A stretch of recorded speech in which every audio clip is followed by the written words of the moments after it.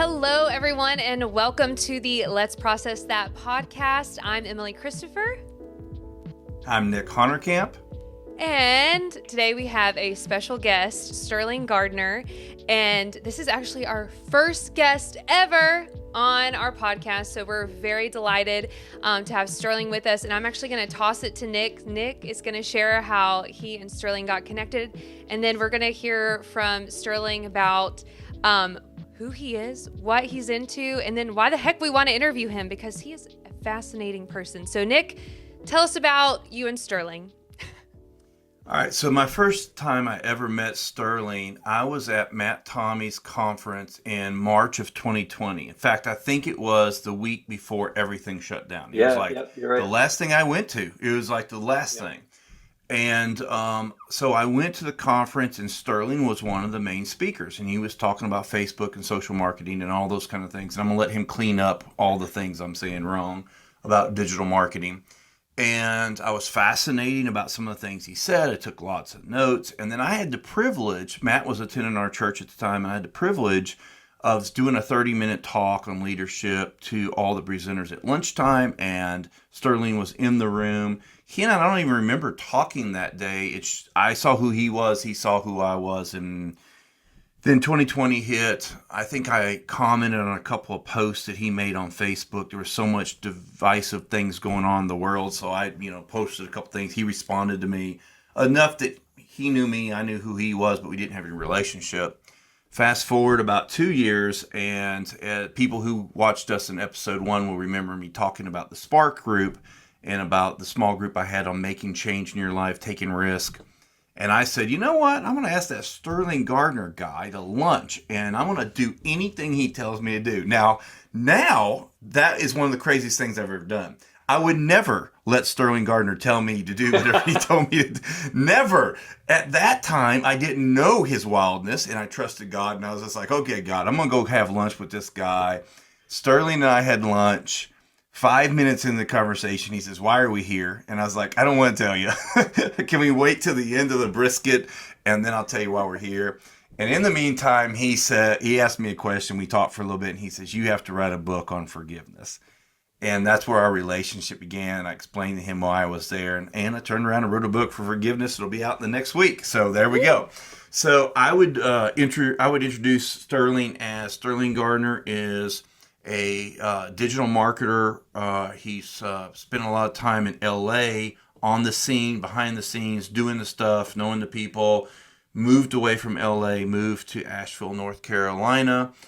Still has his own business where he helps clients take their products to the world through social media and other advertising opportunities. And to me, he's the guy that when you need to take your personal stuff public, he's the guy that gets you there. So Stirling, how well did I do? What would you adjust to that? Pretty daggone good, actually. Pretty well. I think it's funny that it comes full circle because I got to read your book, 2 nights ago or something. I was like, wow, right. Time flew by. That's super accurate. I would say that the only thing I would really refine is what I help people with. So I help people who have an area of expertise. Some people call it a zone of genius. Some people call it a purpose or a passion, and how to take that expertise and to turn it into an offer, generally a coaching offer where somebody would want to learn from that expertise and who's going to pay you money for that expertise. So in the digital marketing world, it's called creating an offer or creating a high ticket offer. And then I help them create that. And I can show them various ways to amplify that message and get people to want to work with them. Awesome. Well, Stirling, we're going to dive into some really interesting things, and I'm going to share how we all know each other and then share a little funny, embarrassing story that I've not told the fellas. So I met Stirling last month. I was home in Asheville for Christmas, visiting my family, and the boys decided that we should meet at a cigar bar. Okay, cool, whatever. I can hang with the boys. Notre Dame sweatshirt is on. And so I was like, cool. I've never been to a cigar bar. Sounds like a fun time. So we go. I take a few puffs of a cigar. I know all the things. You don't inhale, yada, yada, yada. But I took maybe 3 puffs. But you're in a cigar bar, so it's just like smoke everywhere. I don't care if they spent $1 million on ventilation. You're still just sitting in Yeah. there. So after our meeting, I go home and my parents just got a hot tub. So I get in the hot tub. Well, immediately I start feeling so dizzy, so sick. I run off the back porch and I projectile vomit all over the back of my parents' yard. My mom is like running out. Adrian's holding my hair. I'm like, what is this, freshman year of college? Like, so embarrassing. So I just want to thank you guys for, harken back to yesteryears of bad decisions I made, even though I literally just took 3 puffs of a cigar. I'm 32 now. I guess my body just is rejecting anything of the sort. So, yeah, thanks guys. I appreciate that. Or there are people that would say you are actually purging your old self that you discovered at that meeting. Oh my gosh. Whoa. See what I mean, America? See what I mean? Just saying, we instilled some new beliefs in you. And I threw up the old ones. And you puked up the old Emily. Yes, truly, truly. It was funny. I was like, wow, I've not puked off a back porch in a while. So there you go.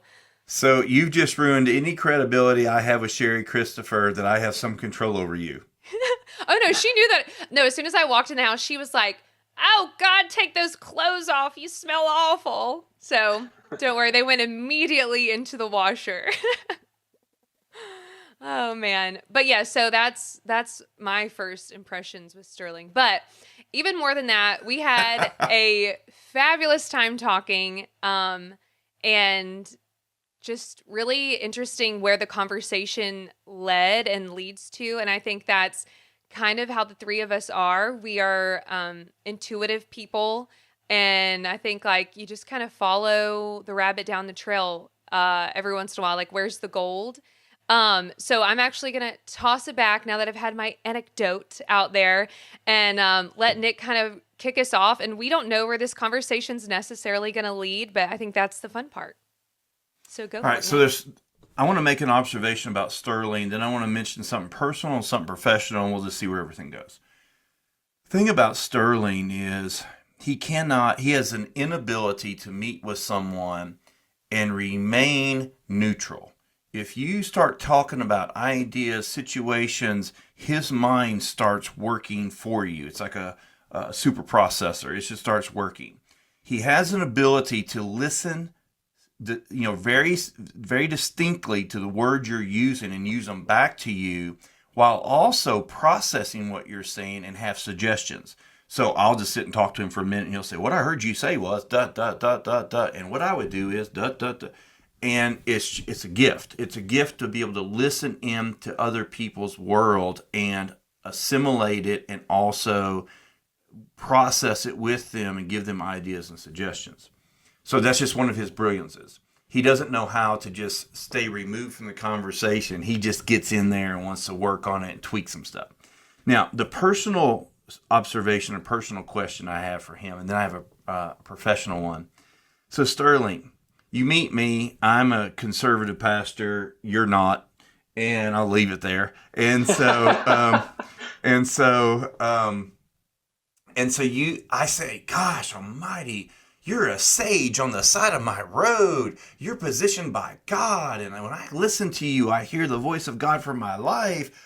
So how did you feel about that when you heard me the first time when I was just reflecting back to you that for whatever reason, you were somebody on my path that had keys for the journey I was on? How did it make you feel? It was surprising, but it felt really, really good. And I think one thing that I'm really good at is interpreting, I'll just use in quotes, the truth in what anybody's saying, regardless of the semantics. Mm-hmm. So I think what you were implying with I'm a very conservative Christian, you're a minister and you're not. I'm definitely tend to lean well, these days a little more central, but a little more on the liberal side and in the more spiritual, less Christian world. And at the end of the day, I feel like there's one post in the ground that I would say that is truth. And that post sticks in the ground and goes up to heaven, God, source, whatever you want to call it. And then there's everybody's perspectives around it. And depending on how we grew up, you've learned certain semantics about how to describe the truth. I've learned other semantics. And I feel like one of the biggest diversions of people's, you were talking at the beginning, there's so much people coming at each other. I think it's a lot of times because people are unwilling to actually hear what's underneath the semantics. And so I feel like I can discern what you're saying, how you're saying it, and exactly how I would say it, but it might be in a different way, so we can have the commonality of what you're actually saying under the words. That was a long story to say when you said, oh, I feel like you were put in my path. I felt the exact same way, but I was on the receiving end of you saying it. Like, I have no idea why I'm getting together to meet with this person, but all I remember was again, I don't remember what we talked about at that 30-minute lunch, but what I do remember is seeing a person standing in front of a crowd, very sure of himself, confident, and having very clear, inspiring words that had zero shame, judgment, or condescension in them. And that's what I responded to you. So that's why when you said, hey, let's grab lunch, I was like, I'd love to meet a charismatic person and just see what they're about. So that was how that happened from my perspective. It's very interesting that what you just said is that you connect with people around the truth, not their origin of the truth, not where the truth leads them towards deity or anything else, but just around the truth. And I find that very fascinating, that the source of where people come from is not near as important as where they're operating right now. How can we connect around what is true, what is real? That's refreshing, and I actually think it's life-filling. So thank you with that, Stirling. Let's move forward to a professional question. Sterling, people come to you all the time. They have a product. They have a book, they have an expertise, they have a way they want to serve humanity in something they've learned, they've experienced, or whatever, and they want to get it out to the masses. What are some of is there ever sometimes somebody brings you a product and you're just like, this is terrible. There is no way I'm not putting this out to the masses. Do you like destroy people's dreams? Is that what you are, Sterling? I will not put it that way, but I'll say that I am very blunt and opinionated. And I'm not shocked. And I get actually a lot of people that work with me because I am blunt and honest and direct, because a lot of people will take your money and tell you whatever you want to hear. And I'll just say, this is not ready in the state it's in now. I understand if you don't want to move forward, but if you do want to move forward, there's actually back work that you have to do. And then we can go like that. And I hear a lot of, no one's ever said that before, no one's ever told me before. And honestly, it feels like this crazy altruistic, super nice thing. And I guess there is that piece too. But at the end of the day, I want to make my job as easy as possible too. So I don't want to convince somebody to do something when their idea or their product, whatever it is, isn't ready. Because that to me is pushing a boulder up a hill. So I'd rather tell people, hey, let's shrink the boulder on your own, and this is what you could do, and then come to me when we're going downhill instead of uphill. Sure. Em, I'll let you jump in just a second, but I got one more question. Sterling, how many people come to you with a product that's ready, but the person's not ready? They've got something to give, but their insecurities, whatever, the person needs to develop themselves a little bit, but the product's ready to go. That's a lot of times just a straight up subjective judgment call. Mm-hmm. I'm glad you asked that question, because one of the things I wanted to make sure we actually hit was, what if somebody isn't actually ready to go do that thing? And then there's a whole shade of distinction under that, which is they think they're ready to do that thing. And then when they put their feet to the fire, there's massive resistance for 100 different reasons. And then that's unconscious stuff that you have to handle. So I'd say more than anything, the biggest discerning factor or vetting is like, what is the product, and like, what are you trying to do with it? Because there's people that come up with an idea because, quote unquote, they think it'll make a lot of money, which is true. It could. Most of the time, it probably could. But like, what's your story behind it? Why are you doing this? Like, what's the motivation behind this? So if you have the motivation, the origin story that's like, oh my God, this person lived through this experience. I work with a woman, just started working with her. She does breaking free from divorce heartbreak. So she helps women who are like really struggling in what she calls the grudge loop, and helps them, clear that so they can live their lives and all that. And she was like, when she was talking to me, she goes, I got goosebumps in this conversation with you because you were helping me pull that out. And I'm like, okay, that person's on target, right? And somebody else is like, yeah, I read that 2023's the trend is going to be AI, and I think I should blah, blah, blah. Like, that may be true, but it's not very interesting to me, and they can find somebody else. So I guess just what's the heart behind it, maybe? That's how I'd say it. Okay, perfect. All right, Em. Yeah, well, just as you're talking, I know there's a lot of people who listen to this podcast that have ideas for all kinds of different things. Like, I can think of a few of my friends that listen to this, or people I just know who, yeah, they have a dream or an idea, and they're kind of stuck on what to do. I'm curious what you would say to somebody who's just like, I just had an idea, I don't know what to do with it. And then how do you get unstuck when you've been, especially I know there's people who are listening who have been sitting on an idea for decades and have never moved. So kind of what do you do with that when someone's just kind of sitting on something?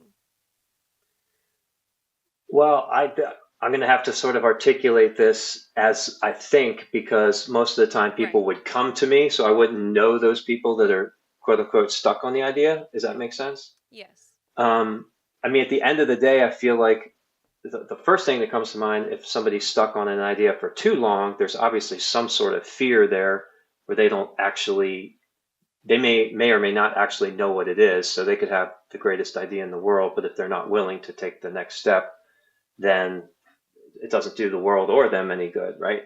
So you have to have enough inspiration and fortitude, I guess, to step out and say, at least talk to somebody and say, hey, I have this idea. What do you think? Or is this something that could work? Like, the first thing I would just say is like, have a conversation with, I'm not even suggesting myself, but somebody that's got a foothold in the world to say, hey, that is a really great idea, and then point them in a direction. But the other thing you have to do is, I'd say it's kind of individualized, because I'd want to ask people a lot of different questions. Because to your point, I think one of the reasons people can be so paralyzed is there are 100 different options. And everywhere you start looking and reading, I could write a book, I could do a small course, I could do a high ticket thing, I could put out some videos. Like, there's just a multitude of stuff. So we get lost in all the opportunity. So I would have a conversation with somebody and just say, these are literally off the top of my head. Are you comfortable on camera? Do you enjoy writing? Do you know how to write email? Like, I mean, there's just a list of things of tasks that we would try to match up. Okay, what's stuff that this person actually enjoys doing or is willing to learn to do? And just give them a roadmap there. Like, okay, here's some sort of personality assessment as far as likes, dislikes, strengths, and weaknesses. Okay, great. If you really enjoy writing, again, I'm making this up off the top of my head, write me a 500-word description of what your idea is. And so if they can get excited and get clarity on that, so you literally just have to start somewhere with an idea. I keep getting pulled to bring this up because I think it's super interesting. But there's something that I'm exploring pretty hard, which is the interconnection between somebody's core trauma and their passion and purpose in life. Mm-hmm. Yep. And I feel like if you really dig into a true purpose and passion, that it is a it is inspiration or some divine driven uh, road to lead people so that they don't experience the same type of trauma that you experience as your core trauma. I don't have that fleshed out or fully articulated yet, but the more I'm looking at like what people are bringing to the world and like how it came about, it seems like a very obvious connection to me. That's not to say you can't have an offer that's not related to that, but like to be super on point and super on purpose, I feel like that is like there is a direct line there. So I'm trying to figure that out and thought I'd throw that into the conversation. That's very interesting because in the Christian world, a woman taught me this one time. She said, "Your testimony is what God did for you. You were an alcoholic, God delivered you, now you're not an alcoholic. Your ministry is how you use your testimony to serve other people. So you go to your place of trauma, and how do you use your place of trauma to make sure someone else benefits from your mistakes and don't make the same mistakes?" I think it's universal. I think you're seeing it from a non-religious lens, that a lot of us, the very areas we've survived and that we are bitter about, that we are resentful about, are the very things that make us of value to the rest of the world because we survived something that kills a lot of people. Yeah, I mean, to use another biblical reference, it's literally a shepherd, right?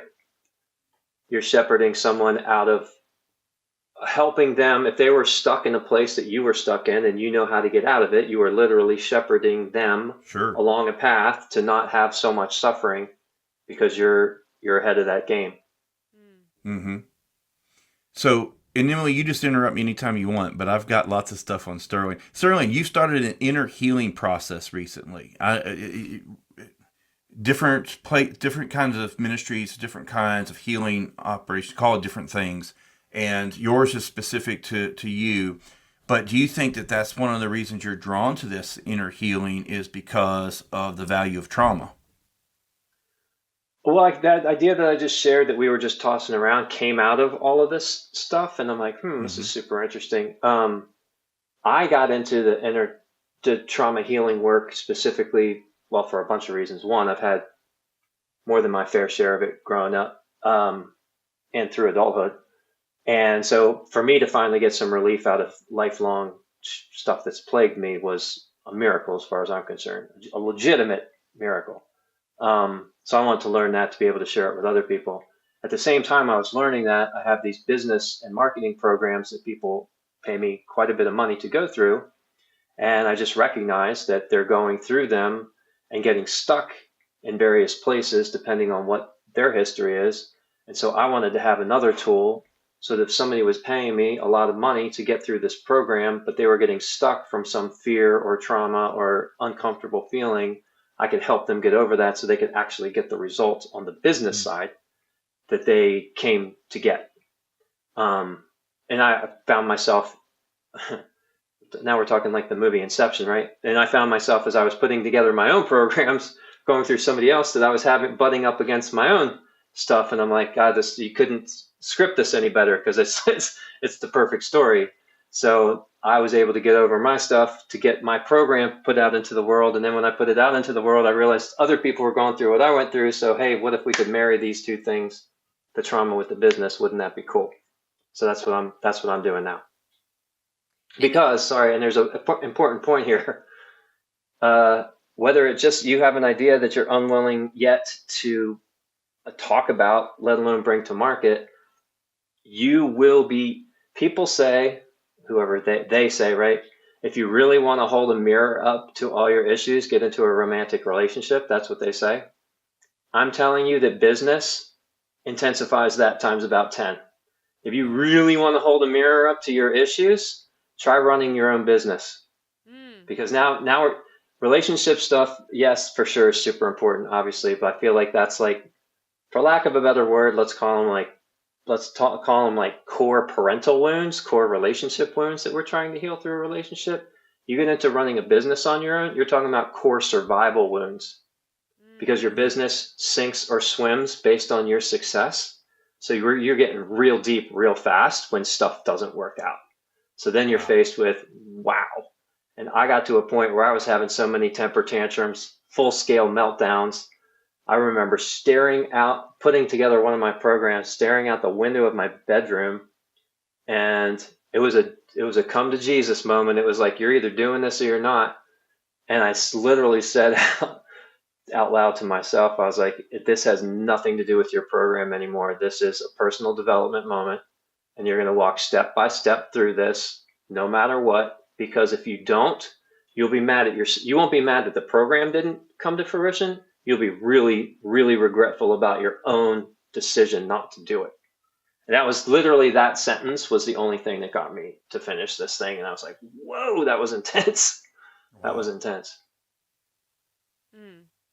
Wow. So I'm interested, when did this healing journey start? Can you give us a bit of a time frame as you're talking through some of this stuff? Like when just when did all this begin for you, and then like applying it to even your business and professional life?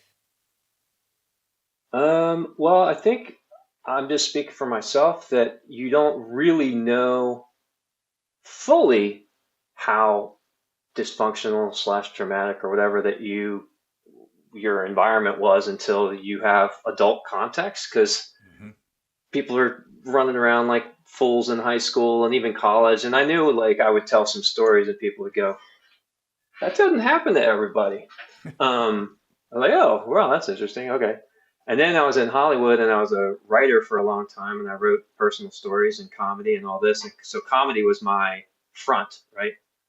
So out of tragedy is born a lot of really good comedy.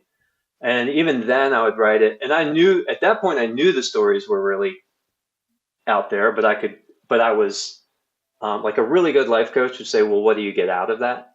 I got to stand on stage and have people applaud me and laugh and money and like all these other things. But it didn't, it didn't address what the issues were.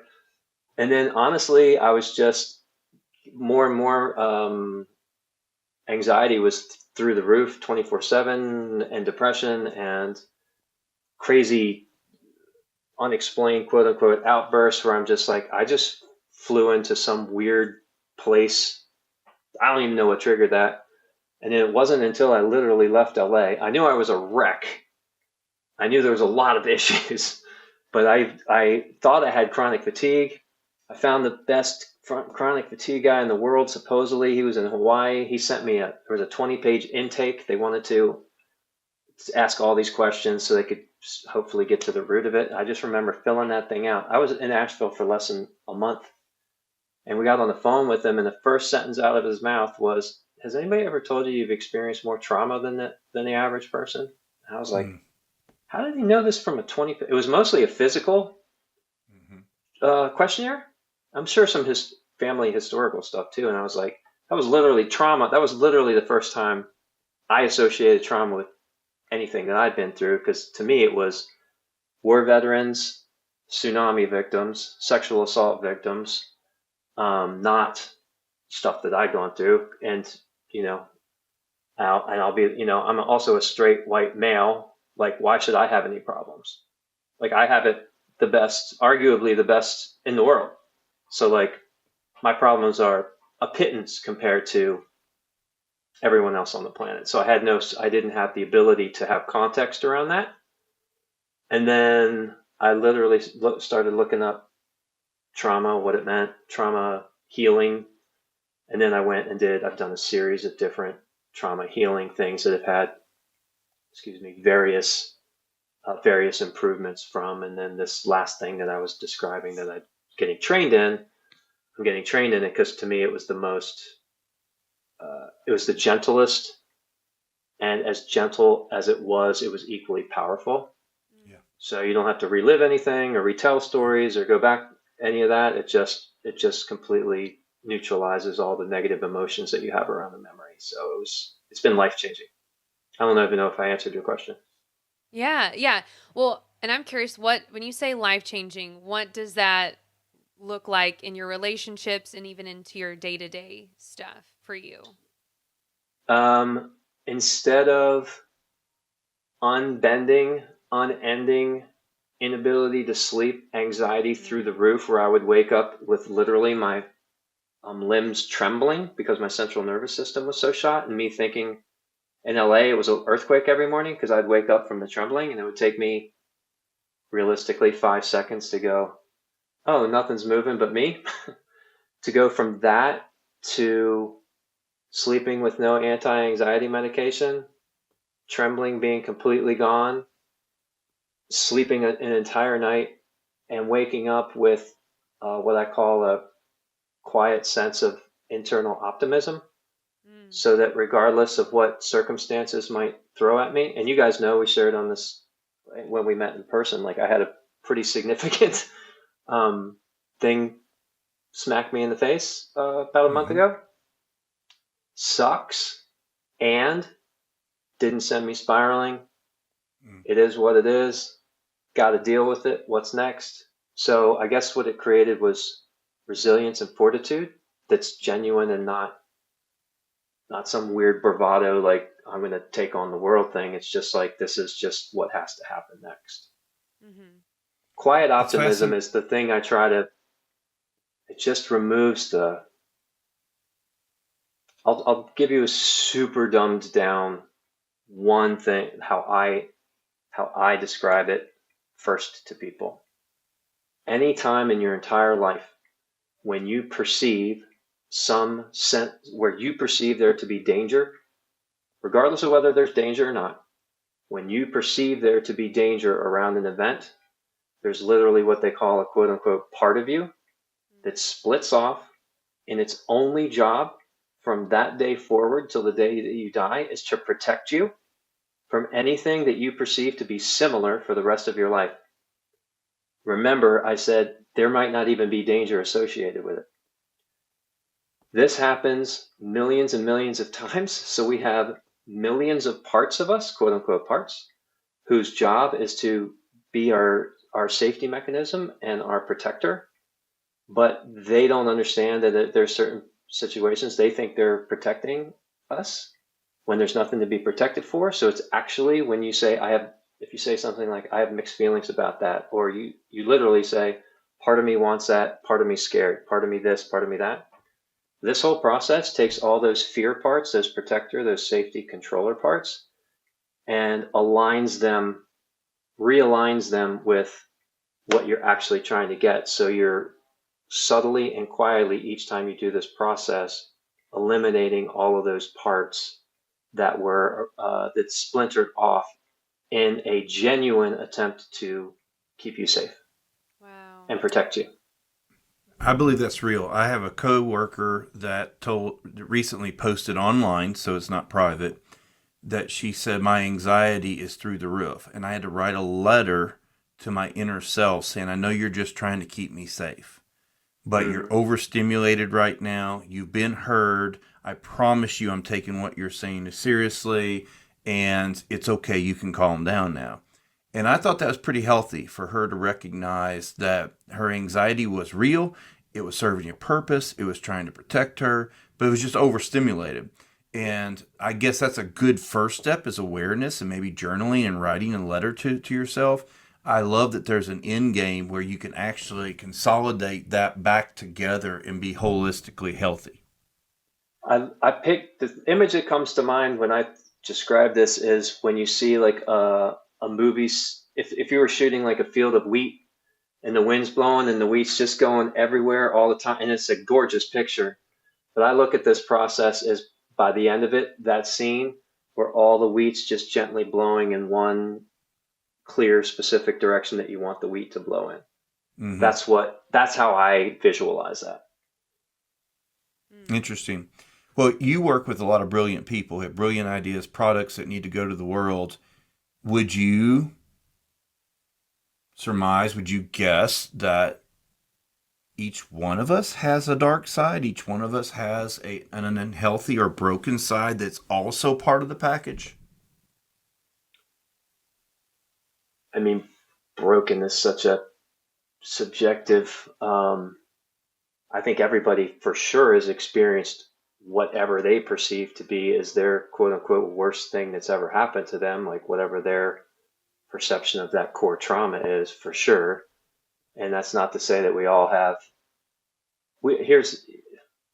have equal depths that we could go, but the circumstances are all completely different. So for us Sure. to judge the guy that had to kill children in war, or the woman that was, raped by her uncle, or me who had, whatever I had, there's no judgment to the circumstances, but that's our darkest each. So the common through line is we all have our darkest single event, or whatever you want to call that. And that's my point, is that we all know brilliant performers, people we've seen that also had private demons they were dealing with. And my point is that we all have something we're dealing with, but that does not disqualify us from also walking in our brilliance. And Yes. Emily Yeah, and yeah, yeah. I, part of our journey is helping people say, I know you've been through a lot, and I know you have legit hurts and pains, but you're still brilliant. And that doesn't disqualify you from pursuing your dreams because you've been through some failures, trauma, disappointment. And that's important to us, that we give people hope. Yeah, I think it circles back to what you were saying before, is it's that what you just described is very hard for someone to do if they haven't gotten to the point of testimony yet. You can't take the ministry until you've had the testimony. Mm-hmm. So, but the first step is the person's got to recognize that they're in this place. Then they've got to figure out whatever their version of testimony is first. Yeah. That has to happen before they can then go out and, to use your words, to minister to other people. And there are people who might be so far down the rabbit hole in pain that they can't yet hear you. So I love to use the term, we have to be able to speak into someone's hearing, right? So we could speak at what we want them to hear, but if they're not in a place, we have to speak into what they can hear. Yeah. So we have to change our words to where they are first. Then if they see that we're somebody to be trusted, okay, here's the next step and the next step and the next step. So I call that the doorway, right? So what's the doorway we have to present to walk these folks in if we're trying to help them? Which actually extends exactly into how I help people coach from a business perspective. I think I told Emily, I said, the very first, if you have an area of expertise, you have to be able to articulate the person that you're trying to help. You have to articulate their problem the way they would articulate it, not the way that you know their problem is. So if they think their problem is X and you're saying, no, but your problem is really Y and I can help you with Y, they cannot hear you. If you say, oh, I hear you. Yeah, X is exactly what I help people with. Oh, great. What else happens? Well, we also then do this, this, and this. Then they're open because you've spoken into their hearing. That's a good point. And M, I recognize that Sterling and I are a generation ahead of you, and we've had time to figure out some of our brilliance. He even mentioned a moment ago one of his brilliances, which I loved, that he did that. Your age group is way more aware of the trauma, the pain, the disappointment. They've not had time yet to discover all their brilliances. How could we help them? How can we help them embrace the testimony phase, help them find their healing, while also pursue the brilliance that's going to come through this experience with life? Yeah. So first, I want to say, when Nick says ministry, that means anything that, my definition is anything that I give back to the world that is beautiful and good and hopeful, like just me in any way I can. When I can help somebody else, that's ministry to me. So ministry, occupation, career, passion, gift, art, whatever it may be that is. So I think, yes, I'm very thankful as a millennial that our generation is definitely not afraid to talk about trauma and therapy and different things like that. But what I think is so beneficial is when someone who is a step ahead of us or a few steps ahead of us in life can turn around, look at us, and pull out the gold. Like call out things in us that they see, help guide us, help brainstorm, whatever it could be that will get us to the next step. Because especially somebody in their late 20s, early 30s, there is a lot of pressure, societal pressures on like where we should be, especially with my generation. Like everybody thinks we should have bought our own house, have 2.5 kids already, do all this certain stuff that generations ahead of us have done. And we're saying, no, like that's not for us, but we do want your wisdom still, even though our paths may look different. Because I believe all truth is God's truth. So any truth that you can give me, I want to take it. And so, yeah, I think that's the most powerful gift that somebody can give, is to sit down and listen to someone and then pull out those things that make them shine, that make them brilliant. It's probably one of the most powerful gifts that someone else can give another person, especially a stranger. That happened to me recently when I was at dinner with a few people, and somebody who's a generation ahead of me was just like saying these things and like being so kind. And they're like, "Oh, you're so well spoken. I love your vocabulary. No wonder you have a podcast. You speak really well." And I was like, "Oh my gosh, wow, thank you." Like it just gave me a burst of confidence that this is what I'm doing is the right path. And so that's what I would say is powerful. And I think, Stirling, you do that so well. Just even our first face-to-face thing, like you listened so intently. And that was one thing I was talking to about Nick. I was like, I could literally see all the wheels in Stirling's head going. Like he was really listening and engaging with me when I was sharing these different dreams and stuff. And that was actually one thing I was like, I want to ask him like what happens in his brain as he's hearing these things. Like, like is he asking himself questions? Don't go there. But yeah, it's just interesting. So that's my feedback, my 2 cents on like for millennials and Gen Zers and younger even. It's really powerful to have somebody just give you even one thing like they can see in you. It's just really a confidence builder, if nothing else. Here's a good segue. I'll have to think of an answer too, but I'll ask Nick. So what is one thing you know now that you wish you knew when you were 32? Disappoint people quickly.